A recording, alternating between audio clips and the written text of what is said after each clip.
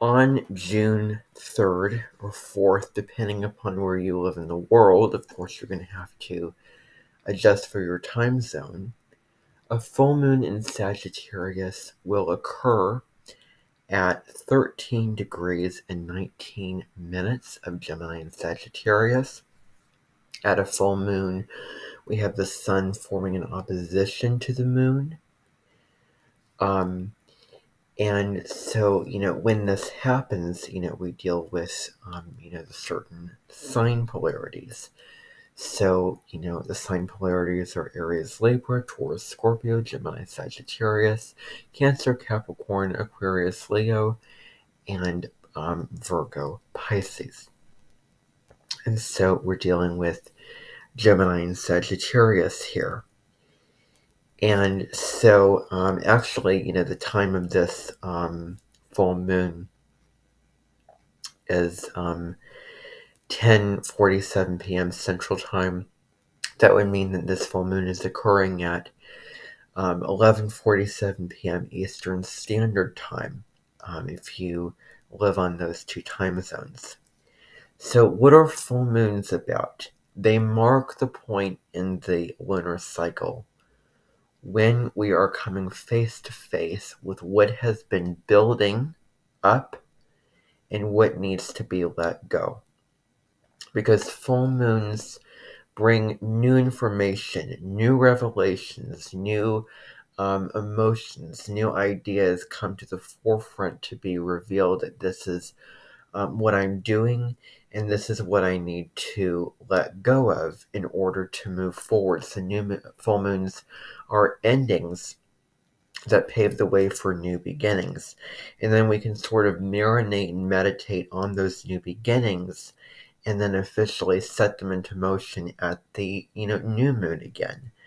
Especially full moon lunar eclipses. Those are even more profound and revelatory astrological events. So, full moons really stir up a lot of energy and, just waves of emotion.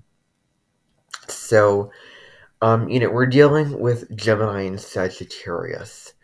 So the themes of Gemini and Sagittarius, you know, well, let's first talk about travel. Gemini is short distance travel. It, rules getting around the neighborhood, getting around your community, the people in your world, the books on your shelf, the information, the library, the cafe in town, the a hike or trail at or nearby the town that you live at. It's very much about your environment and really going over here and going over there and exploring your environment and really getting enmeshed in your surroundings, really getting educated about your surroundings. And it's a sign that relates to learning and information. And it's about turning on your intellect to learn from all these different sources and read all these different things and communicate and really be receptive to learn that information, and then you're sharing that information. So, it's a really chatty sign. It is about, learning new things, and it also sort of corresponds to the humility in learning new things and just open-minded curiosity. It's the first air sign of the zodiac, so therefore it corresponds to the beginner's mind. It's a sort of, a beginner's mindset. Gemini is the child. Look at those bright flowers. Look at that big Picasso painting over here. Oh, look at the birds in the sky. Gemini is just innocent. And Gemini draws up stimulation. And it also needs stimulation, and it finds stimulation in so many different things. And the worst thing for Gemini is to be bored and not have anything to learn or talk about. So Gemini is endlessly learning, endlessly fascinated and curious. And so Sagittarius deals with teaching that information or preaching at worst that information. Sagittarius is not about the little details of the information that we're taking in on a day-to-day basis, and it isn't so much about the facts, but it's about the meaning and truths and wisdom. Um, and Deborah Silverman, the astrologer and psychotherapist, breaks down the word wisdom. Part of it is you're a wizard, you're really smart, you are very knowledgeable, very intelligent. The other part is dumb, that we're all dumb, and it is not wise to be a know-it-all and pretend that you know it all, because there's really so much more in this life to learn, and there's so much more steps to climb up on that ladder, so many more places to go, so much more to take in, absorb, and pack in your rucksack on your path in life.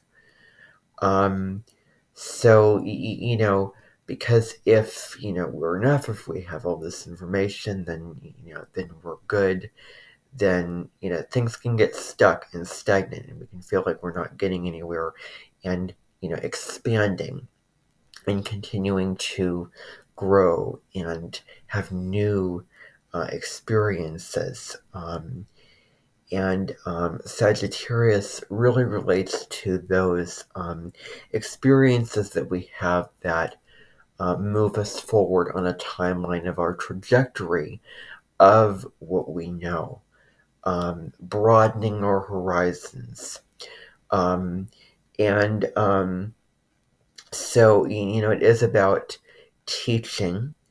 Um, It is, deals with higher learning, higher education, philosophy, religion. Those areas are very associated with Sagittarius because it's the sign that deals with your beliefs, your outlook on life.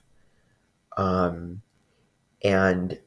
let's do something to that by taking in new information, new ideas, which is Gemini. So you can see how these two signs overlap.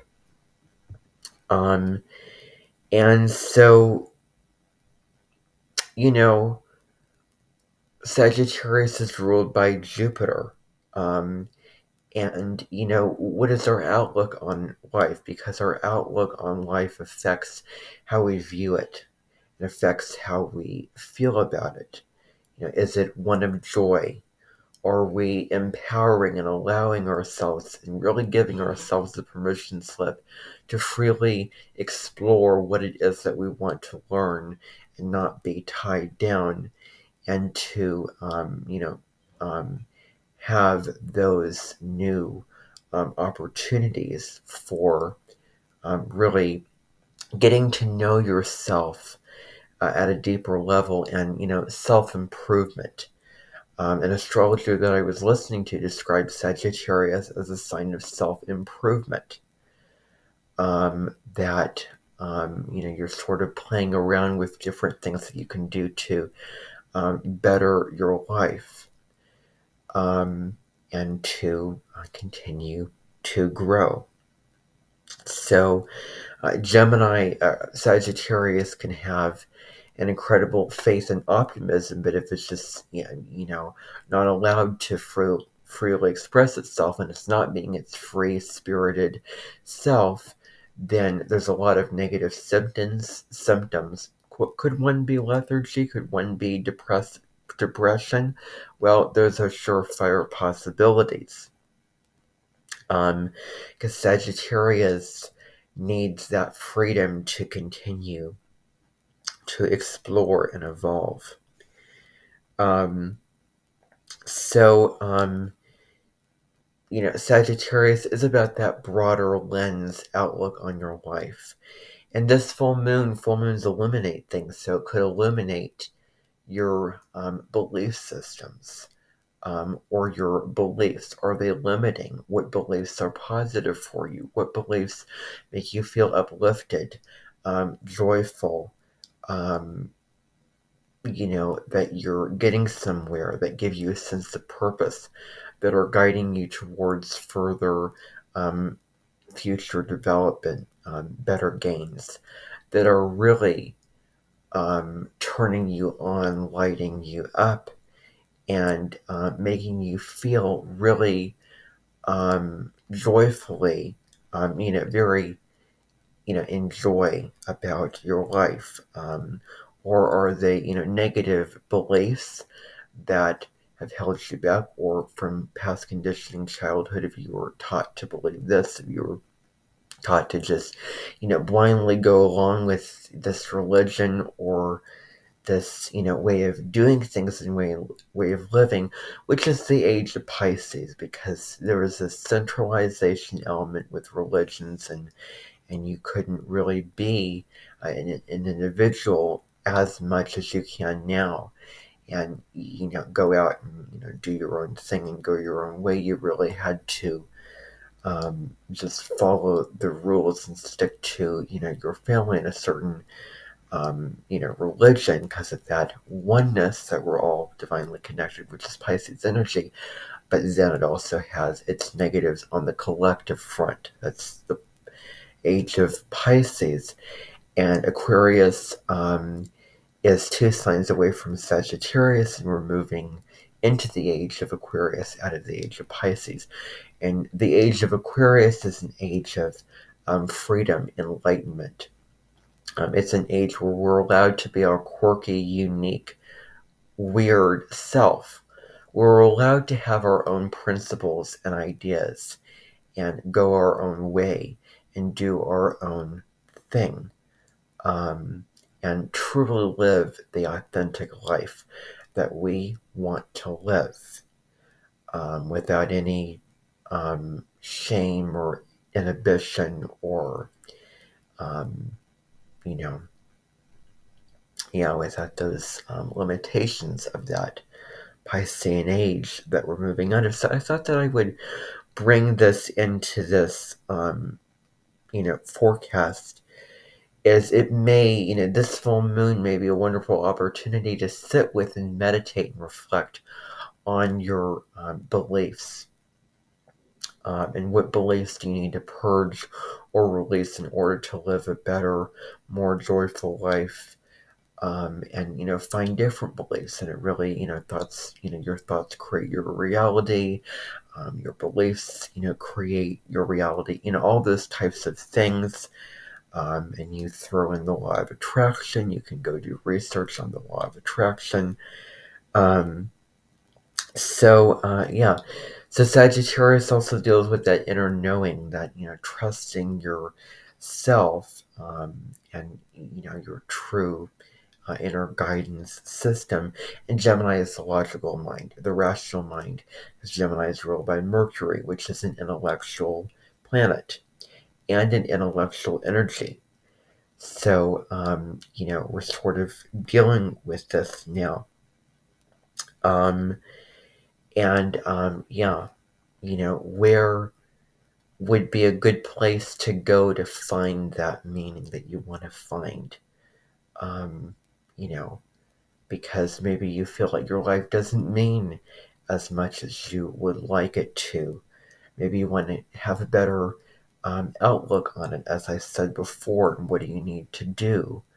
The active steps to get out of a rut, try something new, learn something new, to release and let go, and really, examine and evaluate your beliefs, and what beliefs are serving you, what beliefs are not, and just um, oh, this full moon is an opportunity to let those beliefs just go. Um, so yeah, what do you? So that's just the general themes. Now, getting into the individual aspects of the full moon, we have Mercury conjunct Uranus, and this is going to be exact on June 4th. And so Mercury and Uranus coming to a conjunction.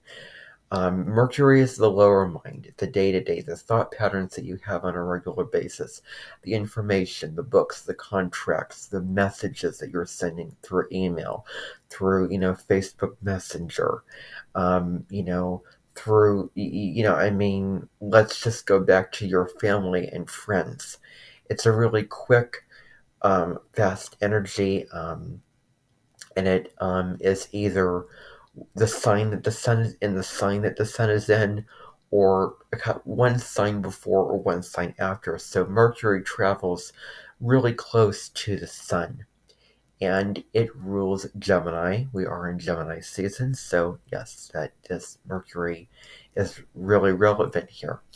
And Uranus spends about 7 to 8 years in the sign. And Uranus does a annual retrograde motion, spends some of the year direct, some of the year retrograde. Uranus is about the maverick. It is the awakener of information, the awakener of truth. It is that lightning bolt that cracks down, okay, this is the truth.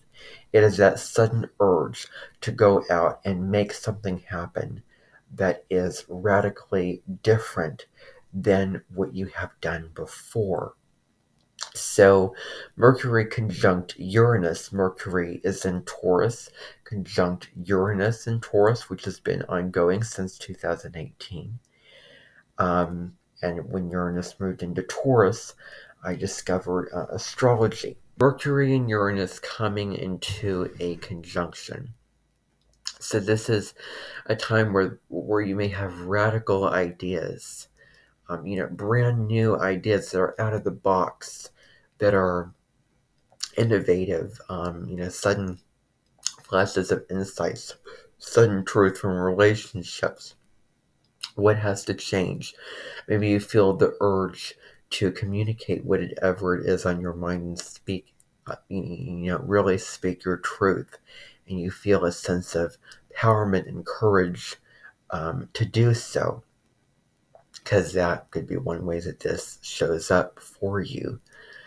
As there may be unexpected interactions that you may have with people, new people, listening and learning from people from many walks of life, and learning from them, unexpected news.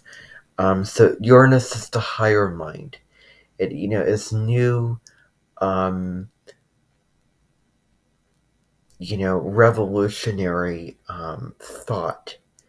Um, it's very related to science and technology. So those are huge areas. Because Uranus rules science, rules astrology, so many different things like that. Awakening the genius within you. Maybe inventing something or innovating something. I have this new wacky idea that's super unique, and let's actually make this happen, because Mercury and Uranus are both in Taurus, which is an earth sign.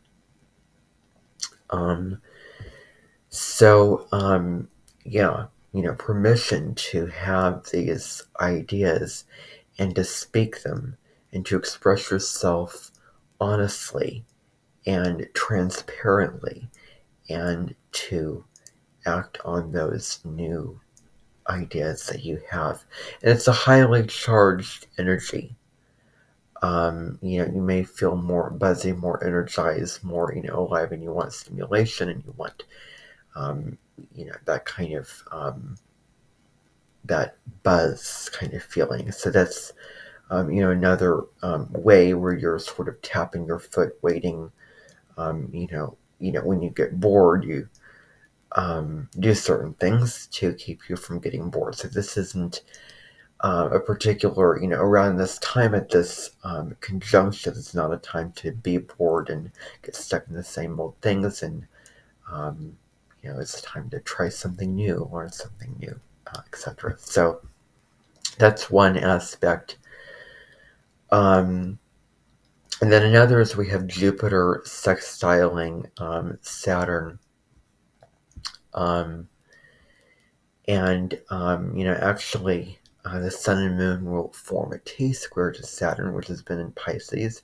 It's going to go retrograde later this month. Um, Sun square Saturn, conflict with, self-expression, expressing your individuality, expressing your ego. There may be hard, difficult things which require hard work, determination, commitment, diligence in order to get those done. And it may feel kind of confining. And the moon squaring Saturn maybe deals with not emotional freedom, or more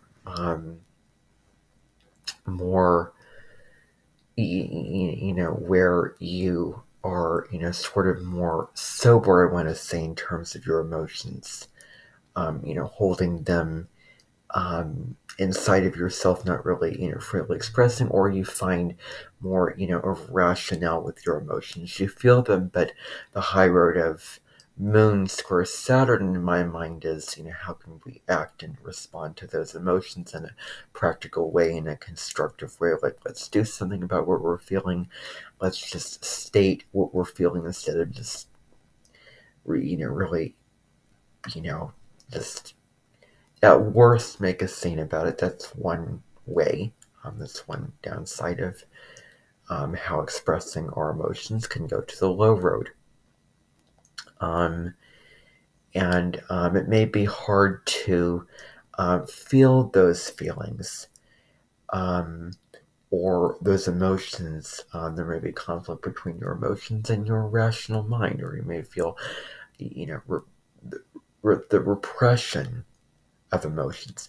Now, I believe that I have Moon squaring Saturn in my natal birth chart. My Moon's in Libra, my Saturn is in Cancer, and I think that's in my natal birth chart.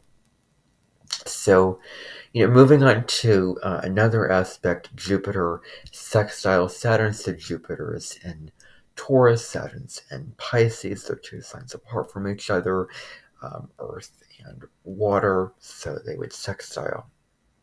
So Jupiter is an uninhibited energy. It's an energy of joy. As I said before, optimism.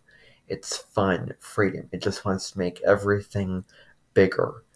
It is about letting your hair down, releasing, being carefree, and forming your own, ideas, your own visions, way of viewing the world. And, it brings those blessings also. So there's several aspects to the energy of Jupiter. So, you're free, you're having fun, you're broadening your horizons, but with caution, but with good judgment. You're not going to get carried away or swept away. You have, a lot of grounding and footing on the ground, where, you have this goal in this project, and how can you actually practically manifest it? How can you see this through? How can you persist through this? Put in the work, the time, and be patient, and, be willing to put in that effort.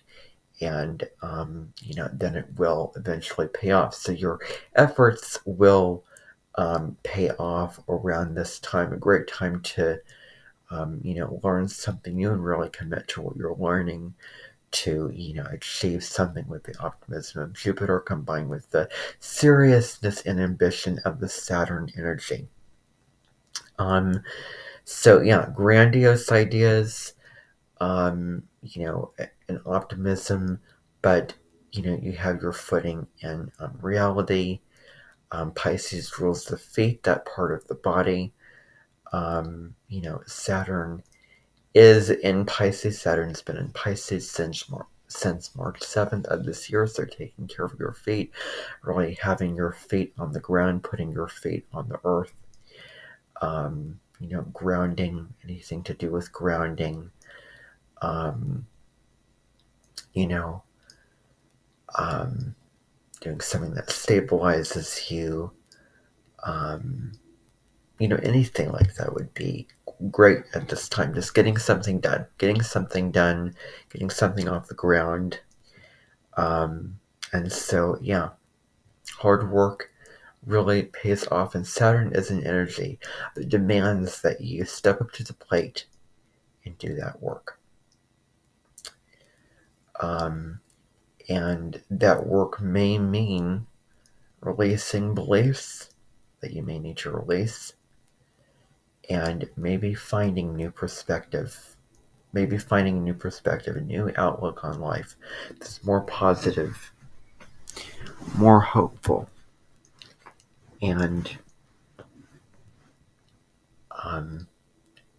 it leads you towards greater wisdom and fulfillment.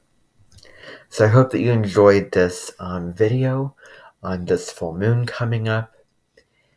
Please like this, share this with anyone if you think that anyone would enjoy this, or they would be curious about this. Consider subscribing to the channel for more astrology videos like this. I do videos like this every week, every Saturday, or around that point. I do an astrology forecast for a new moon or full moon, a planet moving into a certain sign. And then on Sundays, I do a general astrology video where I'm currently doing a series through the North Node and South Node. I'm moving through the different sign polarities, and I'm exploring the characteristics, qualities, themes, and traits of those placements, what they mean for you if you have those placements in the natal chart or in the birth chart in general. But enjoy this full moon. Bye, everybody.